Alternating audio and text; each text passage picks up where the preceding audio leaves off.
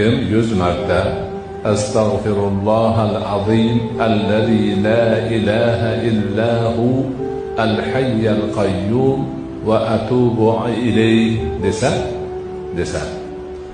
Demek o'sha odamni dedilar Rasul akram alayhisolatu vassalom, gunohlari agar urushdan qochgan bo'lsa ham kechiriladi.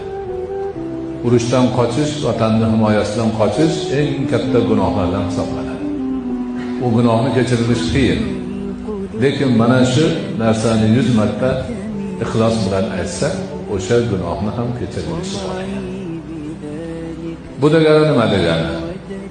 Hay, tirik, qayyum, har bir narsani turuvchi qoyim zot bo'lgan ulug' Allohdan gunohimni kechirishini so'rayman.